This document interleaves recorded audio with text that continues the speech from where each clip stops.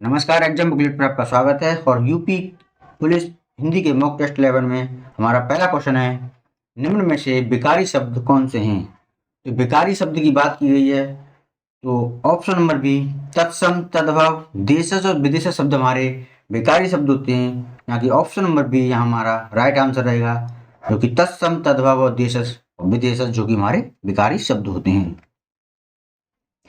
विकारी शब्द कौन सा है? तो विकारी शब्द जैसा कि हमने बताया कि विकारी शब्द हमारे यहाँ ऑप्शन नंबर बी अव्ययवी है। निम्न शब्दों में से कौन सा शब्द क्रिया विशेषण है? तो क्रिया विशेषण की बात की गई है, जैसा कि शब्द में हमारा क्रिया विशेषण की बात की गई है, जो कि ऑप्शन नंबर बी धीरे धीरे एक क्रिया विशेषण है। यहाँ बी ऑप्शन हमारे यहाँ राइट आंसर जाएगा। क्वेश्चन नंबर नेक्स्ट, अव्यय कितने के भेद होते हैं, यानी अव्यय के कितने भेद होते हैं? तो अव्यय के हमारे 4 भेद होते हैं, यानी ऑप्शन नंबर बी हमारे यहाँ करेक्ट आंसर जाएगा। किस एक वाक्य में क्रिया विशेषण प्रयुक्त हुआ है? तो यहाँ क्रिया विशेषण की बात की गई है, तो इसमें हमारा ऑप्शन नंबर सी वह धीरे धीरे बोलता है, यहाँ धीरे धीरे से बोलता है, यह हमारा क्रिया विशेषण है। बृहत विशेषण का शुद्ध उत्तमावस्था कौन सी है? यानी कि आपकी जैसे हमारी डिग्री होती है ना, सुपरलेटिव कंपैरेटिव डिग्री होती है, उसी तरह से बृहत का उच्चतम यानी शुद्धतम उत्तमावस्था है हमारा बृहत्तम, यानी ऑप्शन नंबर बी हमारे यहाँ राइट आंसर जाएगा। घनिष्ठ की शुद्ध उत्तरावस्था कौन सी है?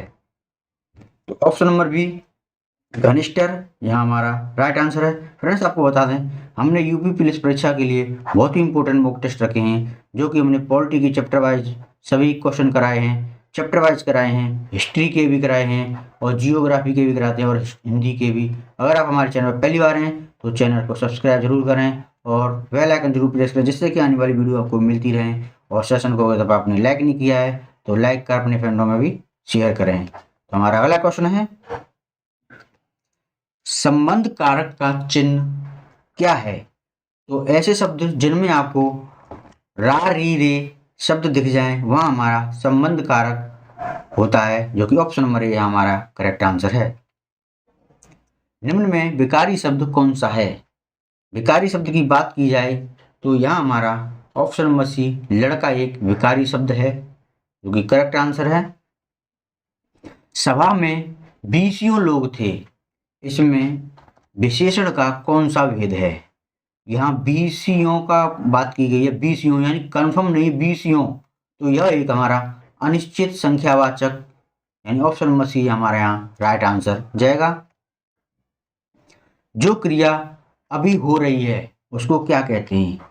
मतलब काल की बात की गई है, तो जो क्रिया अभी हो रही है पूर्ण नहीं हुई तो वह भी अपूर्ण वर्तमान हुआ है, यानी कि वर्तमान में हो रही है मगर वह हो रही है, यानी पूर्ण नहीं हुई, इसलिए वह अपूर्ण वर्तमान है, यानी ऑप्शन नंबर यहाँ राइट आंसर जाएगा। कौन सा शब्द क्रिया विशेषण है? क्रिया विशेषण की बात करें तो यहाँ हमारा ऑप्शन नंबर डी, जो कि तेज हमारा यहाँ क्रिया का विशेषता बता रहा है, डी ऑप्शन यहाँ करेक्ट आंसर जाएगा।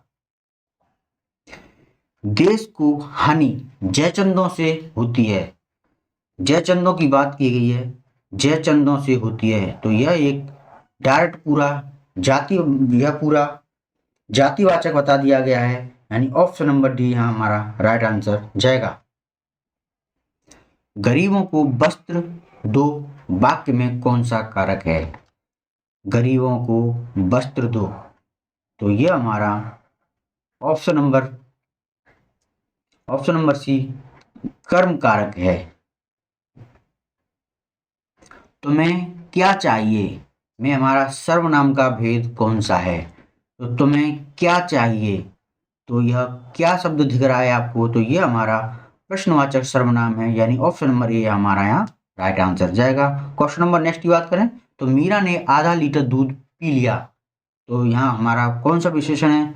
तो आधा लीटर की बात की गई है, तो लीटर की बात की गई है, तो यह हमारा परिमाणवाचक विशेषण है, जो कि ऑप्शन नंबर बी हमारे यहाँ करेक्ट आंसर जाएगा।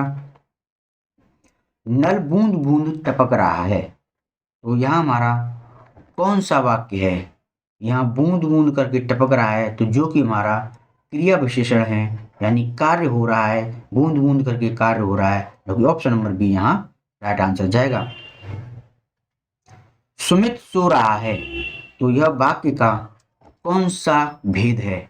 सुमित सो रहा है, तो यह हमारा कब सो रहा है, कंफर्म नहीं है। कहाँ सो रहा है, कंफर्म नहीं है, इसीलिए यह हमारा अकर्मक क्रिया है, जो कि ऑप्शन नंबर डी हमारे यहाँ करेक्ट आंसर है। क्वेश्चन नंबर नेक्स्ट, वाच्य कितने प्रकार के होते हैं? तो वाच्य हमारे 3 प्रकार के होते हैं, जो कि हमारा option number D right answer है। फ्रेंड्स, यूपी पुलिस परीक्षा में हिंदी का सब्जेक्ट आपके लिए बहुत ही इंपॉर्टेंट होता है और यही मार्क गेन के लिए काम आता है। अगर आपने हिंदी पर कंसंट्रेट ज़्यादा कर लिया तो आपके सबसे ज़्यादा मार्क हिंदी में ही आते हैं, इसलिए हो सके जितना हिंदी के मॉक टेस्ट लगाइए। हमने आपके लिए वो सारे इंपॉर्टेंट क्वेश्चन लगाए हैं और आपको मॉक टेस्ट करा रहे हैं, जिससे कि आपकी हिंदी में जो परीक्षा में आप पूछे जाते हैं वो क्वेश्चन करा रहे हैं और आपकी परीक्षा अच्छे से हो। हमारा बात करें क्वेश्चन नंबर अगले की, तो हमारा नेक्स्ट क्वेश्चन है, अव्यय कितने प्रकार के होते हैं, यानी अव्यय के कितने भेद होते हैं? तो अव्यय हमारे 4 प्रकार के होते हैं, जो कि ऑप्शन नंबर ए यहाँ राइट आंसर जाएगा। निजवाचक सर्वनाम का प्रयोग किस वाक्य में हुआ है? निजवाचक का मतलब बताया, यहाँ अपने ऊपर ही बताया गया, निज अपना की बात की गई है, तो यहाँ कहा गया ऑप्शन नंबर सी में, आप भला तो जग भला, यानी कि खुद के लिए ही बताया गया है, जो कि हमारा यहाँ राइट आंसर जाएगा। शिव का विशेषण क्या है? तो शिव की यहाँ विशेषण विशेषण के रूप को बात की जाए तो जो कि ऑप्शन नंबर बी शिव का विशेषण है। वह घर पहुंच गया, इस वाक्य में पहुंच गया निम्न में से किस क्रिया का उदाहरण है? पहुंचना एक क्रिया है जो कि संपूर्ण हो गई है, पूर्ण हो गई है, तो यह एक संयुक्त क्रिया है, जो कि ऑप्शन नंबर बी हमारे यहाँ राइट आंसर जाएगा। क्वेश्चन नंबर 24, इनमें से अपादान कारक की विभक्ति क्या है? अगर किसी अपादान का मतलब किया जाए से अलग होने के लिए कहा जाता है, किसी चीज से दूर अलग होना अपादान की वो रूप में आता है, यानी से दिख जाए, साथ ही से दिख जाए आपको, तो वहां हमारा अपादान होगा, जो कि ऑप्शन नंबर बी हमारे यहाँ राइट आंसर जाएगा। क्वेश्चन नंबर 25, शब्द जब वाक्य में प्रयुक्त होने वाला योग्यता प्राप्त करता है तो उसे क्या कहते हैं? तो उसे हम पद कहते हैं, जहाँ की ऑप्शन नंबर बी हमारे यहाँ करेक्ट आंसर जाएगा। क्वेश्चन नंबर 26, 2 या 2 से अधिक शब्दों के मिलकर बने हुए एक सार्थक शब्द को क्या कहते हैं? जब 2 या 2 से अधिक शब्द हमारा मिलकर एक सार्थक शब्द बनाता है, वो हमारा समास कहलाता है, जो कि ऑप्शन नंबर ए यहाँ राइट आंसर जाएगा। फ्रेंड्स, ये परिभाषा आपको डायरेक्ट पूछ ली जाती है कि समास किससे कहते हैं, तो 2 शब्दों से मिलकर बने एक सार्थक शब्द को समास कहते हैं, या 2 शब्दों से मिलकर समास की परिभाषा क्या है, इसीलिए ये ऑप्शन नंबर हमारे यहाँ राइट आंसर जाएगा। क्वेश्चन नंबर नेक्स्ट की बात करें तो समास का शाब्दिक अर्थ क्या है? तो शाब्दिक अर्थ है संक्षेप, जो कि ऑप्शन नंबर डी हमारे यहाँ राइट आंसर जाएगा। क्वेश्चन नंबर 28, निम्न में से कौन सा पद अव्ययी भाव का एग्जाम्पल है? अव्ययी भाव की, जैसा कि हमने आपको पिछले में बताया था, बहुत ही अच्छे से ट्रिक के द्वारा समझाया गया था कि जहां आपको अव्यय दिख जाए वो हमारा अव्ययी भाव समास है, और जैसा कि ऑप्शन नंबर बी में हमारा प्रतिदिन में प्रति अव्यय लगा हुआ है, जो कि यहाँ हमारा अव्ययी भाव समास है। क्वेश्चन नंबर 29, जिस समास के दोनों पद अप्रधान होते हैं वहां कौन सा समास होता है? आपको बता दें, हमारे समास में 2 पद होते हैं, 2 पद होते हैं, पूर्व पद और मुख्य पद, यानी कि 2 पद होते हैं हमारे। तो हमारा जो पहला पद है और दूसरा पद हमारा, तो इसमें हमारा कोई भी प्रधान नहीं होता है, वो है हमारा बहुब्री समास होता है। बहुब्री समास हमेशा तीसरे की ओर इशारा करता है, तीसरे की ओर इशारा करता है। क्वेश्चन नंबर 30, किसमें सही सामासिक पद है? सामसिक की बात की गई है, तो यहाँ हमारा ऑप्शन नंबर ए दिवा रात्रि, जो कि सामसिक पद है, यहाँ हमारा राइट आंसर जाएगा। फ्रेंड्स हमने आपके लिए बहुत 30 क्वेश्चन कराए हैं, वो भी टॉप क्वेश्चन कराए हैं। अगर आप चैनल पहली बार हैं तो चैनल को सब्सक्राइब भी करें और सेशन अच्छा लगे तो लाइक और कमेंट भी जरूर करें। वीडियो पर रहने के लिए धन्यवाद। Thank you.